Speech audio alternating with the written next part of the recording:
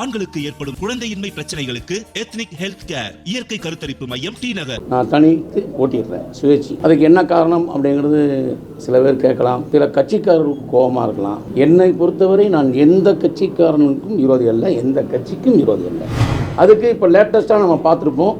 இந்த கூட்டணிங்கிற பேரில் எத்தனை கட்சிகள் எங்கெங்கே எப்போ எப்படி பேசினாங்கிறத நம்ம ஜனங்கள்லாம் பார்க்குறாங்க. ஆனால் இந்த கட்சியில் இருந்துக்கிட்டு நல்லா புகழ்ந்துக்கிட்டு இன்னொரு கட்சியில் போய் எந்த தலைவனை நீ புகழ்ந்தியோ அந்த தலைவனை நீ தப்பாக பேசினா இதுவரைக்கும் நீ என்ன பண்ணிட்டு ஒரே ஓட்டு தான் கம்யூனிஸ்ட். இது 9 ஓட்டு மாண்புமிகு மக்கள் திலகம் எம்ஜிஆர் உருவாக்கிய அந்த இரட்டை இலைக்கு, இந்த இரட்டை இலைக்கு அல்ல.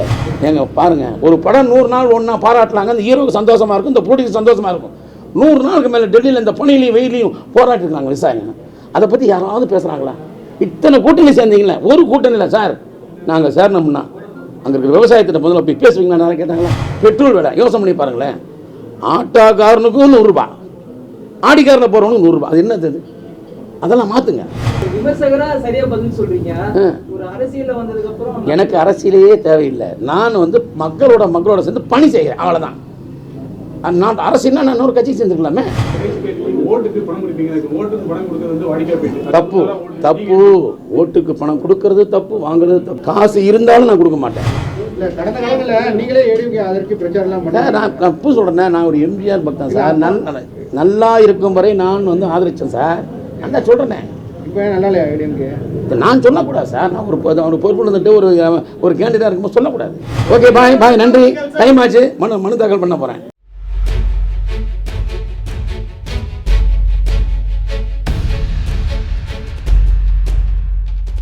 அனைவருக்கும் என்னுடைய பணிவான வணக்கம். நான் காமெடி நடிகர் மயில்சாமி. ஏறக்குறை சென்னையில் ஒரு 42 வருஷமாக இங்கே இருக்கேன். நான் சென்னையில் முதலாக வந்த தேதியே எம்ஜிஆர் ஆட்சி அமைக்கும் போது தான். 4/7/77 தான் மெட்ராஸில் இருந்தேன், லேண்ட் ஆனேன். அன்னையிலேருந்து இன்ன வரைக்கும் ஒரே தலைவன் தான். அது மாண்புமிகு மக்கள் திலகம், ஏழைகள் நெஞ்சில் இன்றும் மறவாத இதய தெய்வம் என் தலைவர் எம்ஜிஆர் அவர்கள். அவரை தவிர நான் யாரையும் தலைவராக ஏற்றுக்கிறதுக்கு என்னுடைய மனசு இடம் கொடுப்பது இல்லை. இந்த 2021 விருகாம்பாக்கம் அப்படிங்கிற தொகுதியில்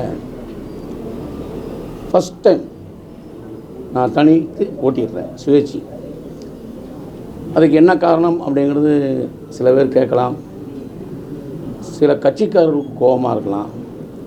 என்னை பொறுத்தவரை நான் எந்த கட்சிக்காரனுக்கும் விரோதி அல்ல, எந்த கட்சிக்கும் விரோதி அல்ல. அந்தந்த கட்சிகள் ஒரு கோட்பாட்டில் இருக்கும்போது நானும் ஒரு கோட்பாட்டில் இருக்கிறேன், அவ்வளோதான். ஏன் சார் நீங்கள் ஏதாவது ஒரு கட்சியில் சேர்ந்துருக்கலாமே அப்படின்னு சில பேர் கேட்டாங்க. கட்சியில் சேர்ந்துட்டால் அந்த கட்சிக்குன்னு ஒரு கட்டுப்பாடு இருக்குது. அது நல்ல கட்டுப்பாடா கெட்ட கட்டுப்பாடாங்கிறது எனக்கு தெரியாது. ஒருவேளை நல்ல கட்டுப்படலாம், தவறான கட்டுப்பாடு இருந்தால் அது எப்படி கட்டுப்பட முடியும்? ஒன்று, ஒரு கட்சியில் சேர்ந்துட்டோம்னா ஒரு எம்எல்ஏ விட மிகப்பெரிய பவர் மாவட்ட செயலாளர். அப்போ அந்த மாவட்ட செயலாளர் நல்லவரா கெட்டவரான்னு யோசிக்கணும். சார் அவர் சொல்கிறதுக்கு நான் கட்டு பண்ணணும். அதனால் யோசனை பண்ணி பார்த்தேன்.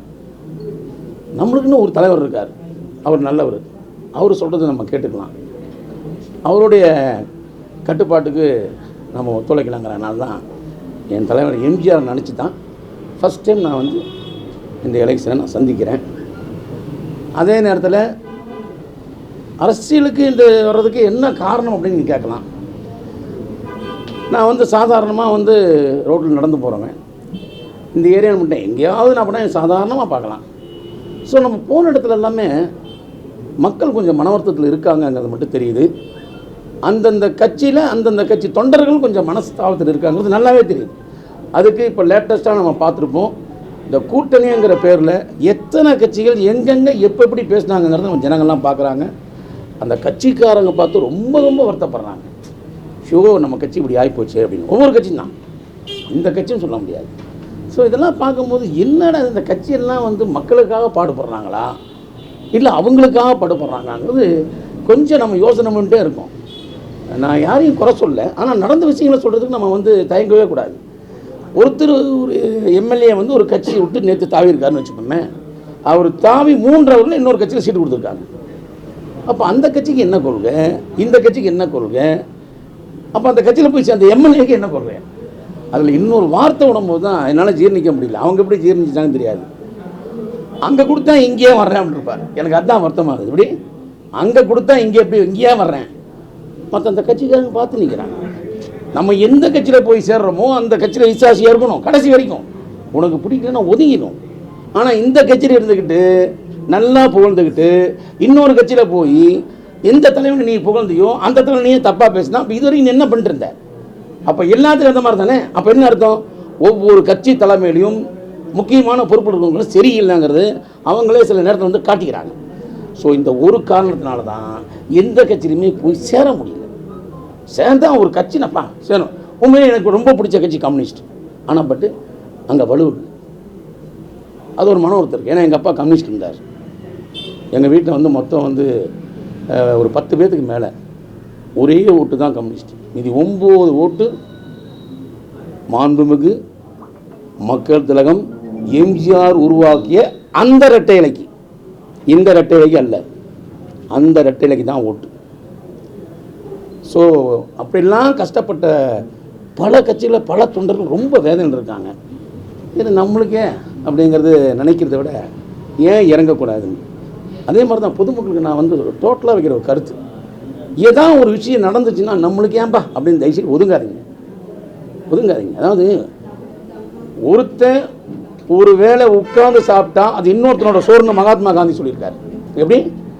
ஒருத்தன் ஒரு வேளையும் செய்யாமல் உட்கார்ந்து சாப்பிட்டா அது இன்னொருத்தனோட சாப்பாடு அப்படின்னு என்ன அர்த்தம்? எத்தனை கஷ்டப்படுறாங்க ஒவ்வொரு இந்தியாவில் கிட்டத்தட்ட 32 மாநிலம் என்னமோ தெரியும், சரியா தெரியல. எல்லா மாநிலத்திலையும் பிரச்சனை.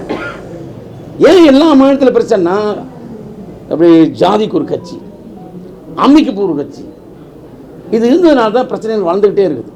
சரி, எவ்வளோ கட்சிகள் வந்தால் என்ன, மக்களுடைய பிரச்சனையை தீர்க்கணும்ல, தீர்க்கவே மாட்டேன்றாங்களே. நான் உலக நாடு ஃபுல்லாக சுற்றுறேன்.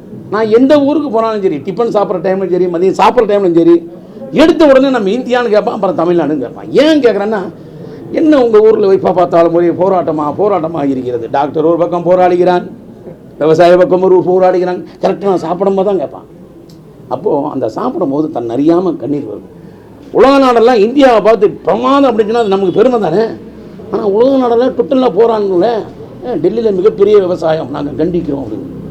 ஏங்க பாருங்கள், ஒரு படம் 100 நாள் ஒன்றா பாராட்டலாங்க, இந்த ஹீரோவுக்கு சந்தோஷமாக இருக்கும், இந்த போட்டிக்கு சந்தோஷமாக இருக்கும். 100 நாளுக்கு மேலே டெல்லியில் இந்த பனிலையும் வெயிலையும் போராட்டிருக்காங்க விவசாயம். அதை பற்றி யாராவது பேசுகிறாங்களா? இத்தனை கூட்டணி சேர்ந்தீங்களே, ஒரு கூட்டணி இல்லை சார் நாங்கள் சேரணும்னா அங்கே இருக்கிற விவசாயத்திட்ட முதல்ல போய் பேசுவீங்களா யாரும் கேட்டாங்களா? யாருமே கேட்கல. அப்போ என்ன அர்த்தம்? தான் கட்சியும் தான் வளர்றதுக்கு தான் இருக்கிறாங்க தவிர மக்கள் பிரச்சனை எந்த கட்சியும் அதிகமாக நினைப்பதில்லை. ஆனால் தேர்தல் அறிக்கை பிரமாதமாக இருக்கும். இதெல்லாம் வாயால் சொல்கிறது தானே. அதாவது என்எஸ்கே ஒரு பணம்னு சொல்லுவார், எந்த கையில் எடுக்கிறீரோ என்னாத உடனே கொடுத்துரு. ஏன்னா என்னன்னா மனசு கொடுக்கக்கூடாதுங்கம்மா. நான் எப்பவுமே லெஃப்ட்டில் தான் கொடுப்பேன். என்ன சார் லெஃப்ட்டில் கொடுக்குறீங்க? லெஃப்ட்டில் தான் நான் இதயம் இருக்கான்பேன். அந்த மாதிரி இந்த அரசியலும் சொல்ல முடியாது. என்னுடைய பொது வாழ்க்கையில் இங்கே உள்ள ஜனங்களாக சேர்ந்து நான் பழகிட்டு இருக்கேன். இந்த ஏரியா ஜனங்களை பற்றி எனக்கு நல்லா தெரியும். மற்ற ஏரியா ஜனங்களை பற்றி எனக்கு அவ்வளோக்கா தெரியாது, என்னை பற்றி அவங்களுக்கு தெரியாதுன்னு நினைக்கிறேன். அதே மாதிரி குறுகிய காலம்தான் இருக்குது. எல்லா ஏரியாவுக்கும் என்னால் பிரச்சாரத்துக்கு போக முடியுமாங்கிறது எனக்கு ஒரு சந்தேகமாக இருக்குது. பழக்கப்பட்டிருந்தா ரொம்ப ஈஸியாக நம்ம ஒரு பிளான் பண்ணலாம். இது புதுசு, அதனால் ஒரு சில ஏரியாவில் நான் வரலன்னா கூட தயவுசெய்து ஓட்டு போடுற மக்களுக்கு சொல்கிறேன், இப்போ வந்து கேட்டால் தான் ஓட்டு அப்படின்னு நினைக்காதீங்க. உங்கள் தொகுதிக்கு யார் நல்லது பண்ணுறாங்களோ அவங்களுக்கு ஓட்டு போடுங்க. ஆனால் அதே நேரத்தில் இந்த தொகுதியில் புதுசாக இந்த தொகுதி மக்களுக்கு நான் நல்லது பண்ணணும், அவரோட சேர்ந்து பணியாடணும், அவங்களோட சேர்ந்து இருக்கணும் அப்படிங்கிற ஒரே ஒரு காரணம் தான். நான் சம்பாதிக்க வரல, உங்களுக்கு வேலை செய்ய வந்திருக்கிறேன். உண்மையாக பார்த்தா ஒரு மந்திரிக்கும் ஒரு எம்எல்ஏக்கும் உண்மையான பேர் வந்து மக்களுக்கு வேலைக்காரன், அவன் சர்வெண்ட். நீ பதவி வந்ததுக்கப்புறம் ஏசியில் போகிறதும் வீட்டுக்குள்ளே உட்காந்துருக்கிறது அது இல்லை. பதவி வந்ததுக்கப்புறம் அப்படி வெளியே வா, ஜனங்களை பாரு, ஜனங்க என்ன பண்ணுறாங்கன்னு பாரு, எவ்வளோ சந்தோஷமாக இருக்கான்னு பாரு. இதை ஒன்றே மனசில் வச்சுட்டு தான் நான் முதலாக என் தலைவர் மாண்புமிகு மக்கள் தலைவர் எம்ஜிஆர் அவர்களை நினைத்து விட்டு இங்கே நான் வந்து உங்கள்கிட்ட பேசுகிறேன். ஒவ்வொரு கட்சியும் 20 கோடி 30 கோடி செலவு பண்ணாங்க. நீங்கள் அவ்வளோ செலவு பண்ணுவீங்களா? உங்கள் டார்கெட் செலவு பண்ணாவே தப்பு. அதாவது ஜனங்கக்கிட்ட வந்து பணம் கொடுத்து பழகிட்டாங்க, அவங்களும் வாங்கிக்கிட்டு பழகிட்டதுனால தான் இவ்வளோ செலவு. அந்த காலத்தில் இப்படி செலவெல்லாம் கிடையாது. நாங்கள் வந்து ஓட்டு கேட்குற காலத்தில் நான் ரெட்டையில் கையில் வச்சுப்பேன். சாதாரணமாக எந்த செலவுமே கிடையாது. கூட வந்து அண்ணன் வாழ்க அப்படின்னு சொல்லிட்டு வருவாங்க. இப்போ வந்து எல்லாம் காசு கொடுத்து பழகிட்டீங்க, அவங்களும் எதிர்பார்க்குறாங்க. அது யார் குற்றம்? எப்படியாவது ஆட்சிக்கு வந்துடணும் அப்படிங்கிற குற்றம் தானே. நான் என்ன சொல்கிறேன், அவ்வளோ கொடுக்குறத விட நீங்கள் ஒரு தீர்மானம் போடுங்க. பொங்கல்னு வந்துச்சுன்னா எல்லாத்துக்கும் 10,000 ரூபா தீர்மானம் கொண்டா. அது எலெக்ஷன் அறிவிச்சுட்டு கொடுக்காத. தீபாவளின்னு வந்தால் ஒரு 10,000, அது எல்லாத்துக்கும் கொடுக்காத. கோடீஸ்வரனுக்கு 10,000 நல்லா இருக்குமா? கொடுக்கூடாது. எவன் ஒருத்த வசதி இல்லாமல் இருக்கானோ, எவன் ஒரு ஏழை வீட்டில் இருக்கிறானோ, எவன் ஒன்று கஷ்டப்படுகிறானோ அந்த ரேஷன் கார்டை தேர்ந்தெடு, அதுக்கு கொடு. அதே மாதிரி பெட்ரோல் விலை யோசனை பண்ணி பாருங்களேன். ஆட்டோக்காரனுக்கும் 100 ரூபா, ஆடிக்காரில் போகிறவனுக்கு 100 ரூபா. அது என்னது? அதெல்லாம் மாற்றுங்க. ஆடிக்கார்லையும் BMW போகிறவனுக்கு இந்த ரேட்டு, 2 வீலர் டிவிஎஸ் 50, அதே மாதிரி இந்த ஆட்டோ ஓட்டுறவங்கெல்லாம் வந்து குறைச்சிடணும். ஏன்னா அவெல்லாம் ரொம்ப ஏழ்மையானவன், அவனுக்கு 100 ரூபா. அது என்ன தானே ஒன்றும் புரிய மாட்டேங்குது. ஏன்னா உலக நாட்டில் சில நாட்டில் வந்து மக்களின் கருதி சில சட்டத்திட்டங்கள்லாம் இருக்குது. நான் எத்தனையோ நாடுக்கு போயிருக்கேன். ஒரு ஊரில் 1 லட்ச ரூபா சம்பளம், 50,000 இன்கம் டேக்ஸ் பிடிச்சிக்கிறான். நான் சொன்னேன், என்ன சார் 50,000 ரூபா பாதி பிடிச்சிக்கிறான் நான். அதுக்கு அவங்க சொன்னது, குழந்தை பெக்கிற வேலை மட்டும்தான் எங்களுது, மீதி எல்லாமே அரசாங்கம் பார்த்துக்கும், அடுத்து நாங்கள் கல்யாணம் பண்ணணும், அவ்வளோதான். இது கேட்குறது எவ்வளோ இனிமையாக இருக்குது. அப்போ நம்ம ஊரில் சட்டத்திட்டங்கள் இருக்குது, ஏன் இந்த மாதிரி பண்ண மாட்டேங்கிறாங்க? அது வெள்ளைக்கார நாடு தான், அவன் அப்படி தான் இருப்பான். வெள்ளைக்காரனா நம்ம இந்தியாவில் ரோட்லாம் போயிருக்கவே முடியாது. அவன் உருவாக்கின மலையில் தான் இங்கே ஊட்டி கொடைக்கானல் கொண்டு வரலாம். அவன் உருவாக்கின ரயில் பாதை தான். அவன் கொடுக்கும்போது எத்தனை ஆயிரம் மீட்டர் போட்டு போயிருக்கான். இந்தியா சுதந்திரம் வாங்கி இன்னும் வந்து பாதி கூட போடல. நான் எதுக்காக சொல்கிறேன்னா, இதெல்லாம் வந்து மாநில அரசும் மத்திய அரசெல்லாம் சேர்ந்து முடிவு பண்ணி, எந்த அரசாங்கமாக இருக்கட்டும் அதை மக்களை சார்ந்தே இருக்கணும். ரெண்டாவது, மக்கள் வந்து இவன் தான் என் மக்கள்னு சொல்லக்கூடாது. அனைத்து மதங்களும் என் மக்கள். நான் இவன் கூட தான் பழகுவேன், அவன் கூட தான் பழகுவேங்கிறதுலாம் நெவர். அரசியலுக்கு வந்துட்டேன்னா நீ முதல்ல நான் இவன் சொல்லவே கூடாது. சமயத்தில் ஒரு பையன் ஏதோ ஒரு இடத்துல தண்ணி குடிச்சிட்டான், ஏதோ ஒரு கோயிலில் தண்ணி குடிச்சிட்டான்னு கேள்விப்பட்டு அவனை சில பேர் அடிக்கிறது நான் வந்து வீடியோவில் பார்த்தேன். ரொம்ப மனவர்த்தமாக இருந்தது. டேய், தவிச்ச வாய்க்கு தண்ணி கொடுக்கணும்டா, அதான்டா நம்ம இந்தியா, அதுதான் நம்ம தமிழ்நாடு. 1001 படத்தில் எம்ஜிஆர் சொல்லுவார், நீ எப்படி வந்து அவனுக்கு வைத்தியம் பார்க்கலாம், தாகம் எவருக்காக இருந்தாலும் அதை தீர்த்தி வைப்பது தண்ணீரின் தன்மை அப்படின்பார். என்ன வசனம் அது? இதெல்லாம் நாங்கள் மனசில் வாங்கி தான், நல்ல வேலை வேறு தலைவனை கும்பிட்றது தான் நான் எப்படி இருப்பேன்னு தெரியாது, வேறு மாதிரி இருந்திருக்கலாம். ஒரு நல்ல தலைவனை கும்பிட்டதுனால தான் ஓரளவுக்கு நான் நல்லவனாக இருக்கேன். நான் மகான் கிடையாது, மனுஷன்தான். எனக்கு சில பழக்கங்கள்லாம் இருக்குது. நான் எதுக்கு சொல்கிறேன்னா, எந்த ஒரு விஷயத்தையும் மக்களை சார்ந்தே திங்க் பண்ணுங்க ஐயா. நீங்களும் நல்லா இருங்க, மக்களையும் நல்லா வச்சுக்கணும். நான் டோட்டல் இந்தியாவில் அத்தனை மாநிலத்துக்கு சொல்கிறேன். அதே மாதிரி சந்தர்ப்பத்துக்கு தகுந்த மாதிரி தயவுசெய்து கூட்டணி வச்சுக்காதீங்க. ஒருவேளை கூட்டணி வைக்கிறவங்களை இன்னொரு கட்சி தப்பாக திட்டாதீங்க. திட்டினா கடைசி திட்டிட்டே போய் ஒட்டிக்கிட்டியா, கடைசி ஒட்டிட்டாரு. அந்த மாதிரி இந்த மாதிரி அது இன்னொன்னமோ சொல்லி மறுபடியும் பொன்னாடை போட்டுட்டு கை கோடுறதுலாம் வந்து ஜனங்களை நீங்கள் ரொம்ப ரொம்ப ரொம்ப கேனையாக நினச்சிக்கிறீங்க மாதிரி என்னோட ஃபீலிங். தயவுசெய்து எல்லாரும் சொன்னேன், மக்களுக்காக ஒர்க் பண்ணுறீங்க, சந்தோஷமாக இருங்க, மக்களையும் பார்த்துக்குங்க. ஒருத்தர் முதல்ல திட்டிக்காதீங்க, அது ரொம்ப அவசியம். திட்டுறவங்க அத்தனை பேருமே படித்தவங்க, அதுதான் எனக்கு ரொம்ப அது. நான் ஸ்கூலுக்கே போகாதேன், 4ஆம் கிளாஸ் வரைக்கும் 5ஆம் கிளாஸ் வரைக்கும் நான் போயிருக்கேன். படிக்கலாம் தெரியாது, கையில் கூட போட தெரியாது. ஆனால் நிறையா டிகிரி வாங்குற அளவுக்கு படிச்சுட்டு தப்பு பண்ணும்போது மன வருத்தம். என்ன நீங்கள் போய் கிடைச்சிங்க, அந்த ஸ்கூலில் போய் நீங்கள் என்னத்தை கற்றுக்கிட்டீங்க?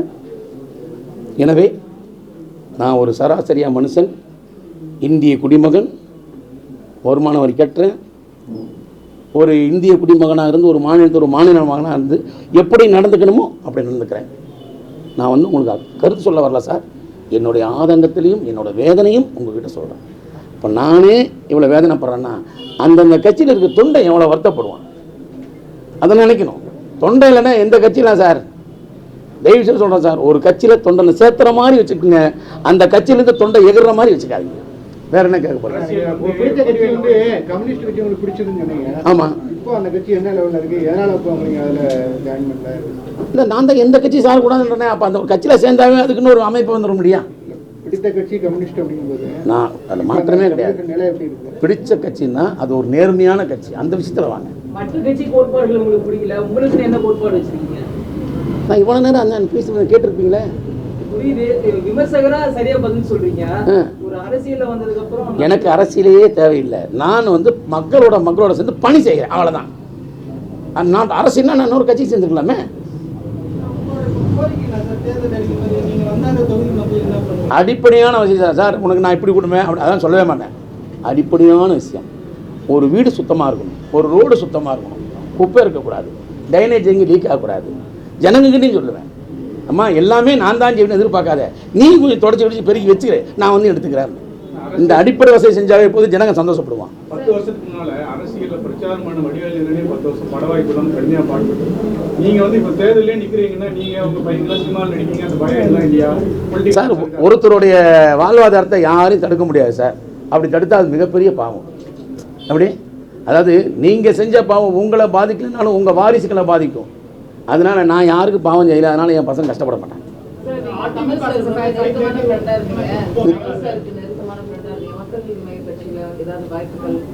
இல்லை, நான் வந்து நான் தான் சொல்கிறேன், ஒரு கட்சியில் சேர்ந்துட்டா அந்த சைடில் கட்டப்பட்டு நல்லா இருக்கும்ல, அது கட்டுப்படக்கூடாதுங்கிறது தானே.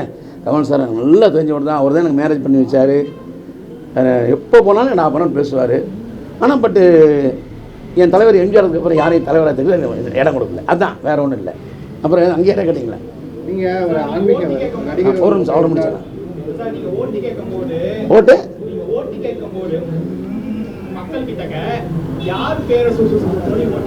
என் பேர் அவர் பேரை பயன்படுத்த மாட்டேன். ஏன்னா நான் எம்ஜிஆர் ரசிகருங்கிறது ப்ரெஸ்ஸுக்காக சொன்னேன். ஆனால் ஓட்டு கேட்கும்போது அது அந்த ஓட்டில் எம்ஜிஆர் ஃபோட்டோ வைக்கிறதோ அதெல்லாம் பண்ணவே மாட்டேன். என்னுடைய பேர், என் ஃபோட்டோ, எனக்கு எவ்வளோ ஓட்டு கிடைக்குதுன்னு தான் பார்க்கணும்.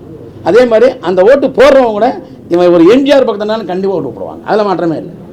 அதனால் வந்து எலெக்ஷனில் ஓட்டு கேட்கும்போது அவரோட இதை நான் பயன்படுத்த மாட்டேன். ஆனால் நான் ஒரு எம்ஜிஆர் பக்தங்கிறது எல்லாத்துக்கும் தெரியும். சில நேரத்தில் நான் எம்ஜிஆர் பாட்டு பாடலாம், அவர் பேரை சொல்லலாம், ஆனால் அவருக்காக எனக்கு ஓட்டு போடுன்னு சொல்ல மாட்டேன். நான் என்ன பண்ணுறேன், ஏன்னா நாளைக்கு வந்ததுக்கப்புறம் ஒரு தவறு நடந்தால் கூட அது எனக்கு மட்டும் கெட்ட பேர் இல்லை, நான் கும்பிட்ற என் தெய்வம் எம்ஜிஆருக்கும் கெட்ட பேர். வேற என்ன கேட்க, எப்படியும் பிறந்துட்டோம், சாக போகிறோம், இருக்கிற வரைக்கும் சந்தோஷமாக வேலை செய்வோமே, என்ன கஷ்டப்பட்டுமே. அதாவது ஒரு விஷயம் தெரியுமா, மயில்சாமி நடிகர் லட்சமாக வச்சுருப்பார், கோடியாக வச்சுருப்பார். என்னுடைய பேங்க் அக்கௌண்ட் நீங்கள் எவ்வளோ பேலன்ஸ் இருக்குங்கிறத நான் மனுவில் சொல்லியிருக்கேன். ஆச்சரியப்படுவாங்க, என்ன சார் இவ்வளோ தான் வச்சுருக்கீங்களாம்பாங்க. ஏன்னா எனக்கு இந்த சினிமாவில் இப்பவும் சொல்கிறேன், கார் இருக்குது, வீடு இருக்குது, எல்லாம் இருக்குது.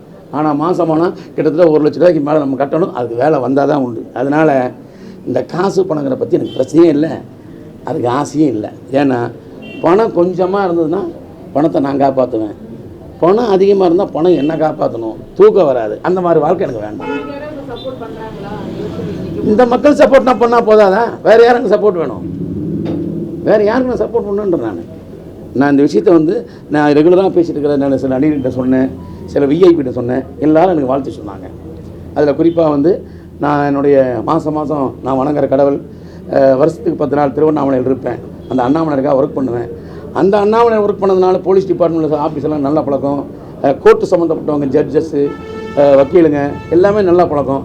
அதில் வந்து ஹைகோர்ட் ஜட்ஜ் மகாதேவன் சார் எனக்கு வாழ்த்து சொன்னார். நான் மெசேஜ் வச்சதுனால திருமாவளவன் சார் அவர்கிட்ட நான் சொல்லியிருக்கேன். அப்புறம் அரசியலுக்கு வரமாட்டாரா அப்படின்னு நினச்சிட்டு இருந்தீங்க. கடைசியாக வந்து எனக்கு அரசியலே வேண்டாம் அப்படின்னு ஒரு அற்புதமான ஒரு மனிதர். நான் அவர்கிட்ட ஃபோன் பண்ணேன், ஐயா இனிமேல் உங்களை யாருமே திட்டமாட்டாங்க, யாருமே விமர்சிக்க மாட்டாங்க. ஏன்னா அவர் அரசியலுக்கு வந்தால் ஏதோ ஒன்று நடக்குங்கிற ஒரு பயத்து இருந்தாங்க. அந்த பயம் போனதுனால அவர்கிட்ட சொன்னேன். அவர்கிட்ட நான் சொன்னேன், எனக்கு வாழ்த்துக்கள் சொன்னார் ரஜினி சார். அப்புறம் கமல் சாருக்கு மெசேஜ் வச்சேன். அது இல்லாமல் சத்யராஜ் சார், விவாஸ் sir, Bhagyaraj sir, Vivek sir, Santhana sir, என்னோட நெருங்கிய நண்பர், நான் பழகிட்டோம் அத்தனை பேத்துக்கு நான் மெசேஜ் சொல்லிட்டேன். ஆமாம், நான் ஒன்றும் அதை அவரை பற்றி பேச போகிறது இல்லை, சூரியனை பற்றி நான் பேச போகிறது இல்லை. நான் ஏன் இப்படி கேட்க போகிறேன்? நான் எனக்கு ஓட்டு போடுங்கன்னு தான் கேட்க போகிறது, மற்றவங்களுக்கு போடான்னு சொல்லுவாங்க. ஆமாம், அவர் வந்து என்றைக்குமே எங்கே ஜெயிச்சிருவார். ஏன்னா அது அவருடைய பிராண்ட் மார்க்கெட், அதில் நம்ம டிஸ்டர்ப் பண்ண போகிறதில்ல.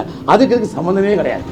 ஏன்னா நீங்கள் சொல்கிற மாதிரி இருந்ததுன்னா அந்த வேட்பாளர் வந்து இப்படி நீங்கள் நின்னா ஜெயிப்பாங்க அப்படிங்கிற கான்ஃபிடன்ட் அங்கே இருக்குது. பட் இங்கே எல்லா கட்சிக்கும் என்ன பிரச்சனைங்கிறது ஜனங்க பார்த்துட்டு இருக்காங்க இல்லையா? அதாவது ஒரு விஷயம், ஒரு தலைமை வந்து முடிவு பண்ணுச்சுன்னா அதை வந்து நம்ம மாற்ற அப்படின்னு சொல்கிறதுக்குள்ள அது பண்ண முடியாது. ஒன்று, அதே மாதிரி அந்த தலைமை வந்து அது பண்ணும்போது தீர விசாரிச்சுட்டு இந்த கேடட் நம்ம அறிவிச்சா ஜனங்க ஏற்றுப்பாங்களா, தொண்டை ஏற்றுப்பாங்களான்னு 100க்கு 100 முறை யோசிக்கணும். ஏன்னா அதெல்லாம் இப்போ பண்ணல. அதனால் தமிழ்நாடு முழுக்க போராட்டமாக இருக்கிறது. மறுபடியும் மாற்றினா அப்போ ஏற்கனவே கொடுத்தவங்க கஷ்டப்படுவாங்க. ஒரு ட்ரிப் நான் சாமியை பார்த்தேன்னா அந்த டைமில் கோயில் திறந்திருக்க நேரம் பார்த்து பார்த்துட்டு சந்தோஷம். போய் நிற்க வச்சு ஸ்கிரீன் போட்டு மூடிட்டு அவர் வரணும் இவர் வரணும், அப்படி நமக்கு வேதனையாக இருக்காதா? எதுவுமே சொல்கிறேன். வேற என்ன சொல்லுங்க? ஆன்மீகவாதி சரியா? நீங்கள் இந்த பிரச்சார தேர்தலில் போட்டியிடறதுக்கு முன்னாடி அந்த ஆன்மீக ரீதியாக இது நீங்கள் ஒப்புதல் வாங்கினதா உங்களுக்கு கிடைச்சதா? நீங்கள் விரும்புகிற எப்பவுமே எனக்கு கிடைக்கும். அண்ணாமலையாரை பொறுத்த வரைக்கும் நான் இதுக்காகலாம் கும்பிடவே கிடையாது. எப்போ போனாலும் அது இன்னொன்று, எம்ஜிஆர்கிட்ட ஏதாவது கேட்கணும்னு போவாங்களாம், எம்ஜிஆர் முகத்தை பார்த்து மறந்துடுவாங்களாம். அந்த மாதிரி அண்ணாமலை நிறைய கேட்கணும் போவாங்க, அனுப்பிட்டு அதை பார்த்தா நான் மறந்துடுவேன். அது மாதிரி நான் அவர்கிட்ட எதையுமே எதிர்பார்க்க மாட்டேன். ஏன்னா நான் எங்கே போனாலும் என் கூட அவர் இருப்பார், அதில் மாற்றமே இல்லை. எங்கே போனாலும் சரி நான் பயணம் பண்ணிகிட்டு இருப்பேன். யதார்த்தமாக திரும்பி பார்ப்போம், ஒரு மரத்து மேலே அண்ணாமலை படம் ஓடிட்டு இருக்கோம். அது மாதிரி அவர் என் மனசில் இருக்காரு. என்னை விட்டு அவரை விட்டு நானும் போக மாட்டேன், என்னை விட்டு அவரும் போக மாட்டேன். தப்பு தப்பு, ஓட்டுக்கு பணம் கொடுக்கறது தப்பு, வாங்குறது தப்பு. ஆனால் எல்லா இடத்துல சொல்லுவாங்க இங்கே லஞ்சம் வாங்க மாட்டோம் அப்படின்னு எழுதி போட்டுப்பாங்க. ஆனால் எழுதி போட்ட இடத்துல வாங்குறதெல்லாம் நான் பார்த்துருக்குறேன். நான் அந்த மாதிரி வாங்க மாட்டோம் கொடுக்க மாட்டோம்னு சொல்லுவாங்க. ஆனால் வாங்குறவங்க வாங்கிட்டு தான் இருக்காங்க, கொடுக்குறவங்க கொடுத்து தான் இருக்காங்க. காசு இருந்தாலும் நான் கொடுக்க மாட்டேன், தர்மம் பண்ணுவேன், அது பொதுவான விஷயம். ஆனால் கோர்ட்டுக்கு காசு கொடுக்குறது சுயநலம், அது எனக்கு பிடிக்காது. நான் பொதுநலமாக வாழ்ந்துட்டு போகிறேன். வாக்குகள் மனு தாக்கல் முன்ன உடனே நாளையிலேருந்து நம்ம பிரம்மாண்டமாக இருக்காது பிரச்சாரம்லாம். இப்போ எப்படி பேசணும், இதையே ஒரு பிரச்சாரமாக எடுத்துப்பாங்க இந்த மக்கள். இப்போ நான் பேசுகிறது கண்டிப்பாக என்னோடய தொகுதி மக்கள் எல்லாமே பார்த்துட்டு இருப்பாங்க. நான் இந்த மக்களுக்கு வேலை செய்ய வந்திருக்கிறேன். அதனால எல்லாருமே வீட்டுக்கு வேலைக்கு வாங்க கூப்பிட போகிறது இல்லை இல்லையா?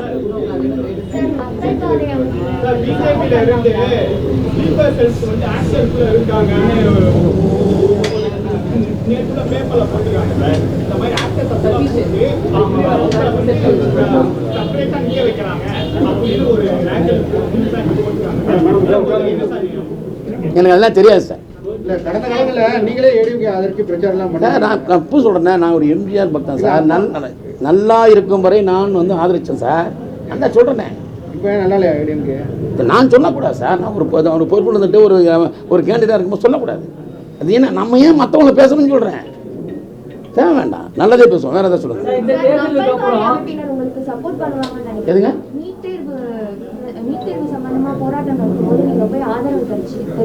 இல்லைம்மா, நான் நியாயமான போராட்டம் தமிழ்நாட்டில் எங்கே நடந்தாலும் நான் போய் நான் நிற்பேன். எல்லா போராட்டத்துக்கும் போக மாட்டேன். எப்படி சொல்கிறது, தன்னோட ஜாதிக்கு மட்டும் பண்ணு அப்படின்னா அந்த போராட்டம் நான் கலந்துக்க மாட்டேன். மக்களுக்கு பண்ணுங்க அப்படின்னு போராட்டம் பண்ணாங்கன்னா கலந்துருக்கேன். இப்போ ஜல்லிக்கட்டுங்கிறது புது நம்ம கலாச்சாரம், அது கிடைக்கணும்னு போராடணும். மெரினா பீச்சில் அந்த போராட்டத்துக்கு முக்கிய காரணம் என்னோட பையனுடைய ஃப்ரெண்டு. அவன் தான் மதுரையில் வந்துட்டுருக்கேன் நான் பார்க்குறதுக்கு. அவன் ஆரம்பித்தான். என் பையனை நான் அங்கே ட்ராப் பண்ண போனேன். அண்ணே நீங்கள் இங்கே உட்காருங்கண்ணா. நான் உட்கார்ந்ததுக்கப்புறம் தான் மீடியா வந்தது. அதுக்கப்புறம் டிஆர் வந்தார், அப்புறம் ஸ்டாலின் வந்தார், அப்புறம் வந்தாங்க மக்கள் வந்தாங்க, 15 லட்சம் மக்கள் வந்தாங்க. இந்தியாவே தெரியும் பாடிச்சு. நியாயமான போராட்டம். அந்த மாதிரி போராட்டத்தில் மனுஷன் கலந்துப்போம்.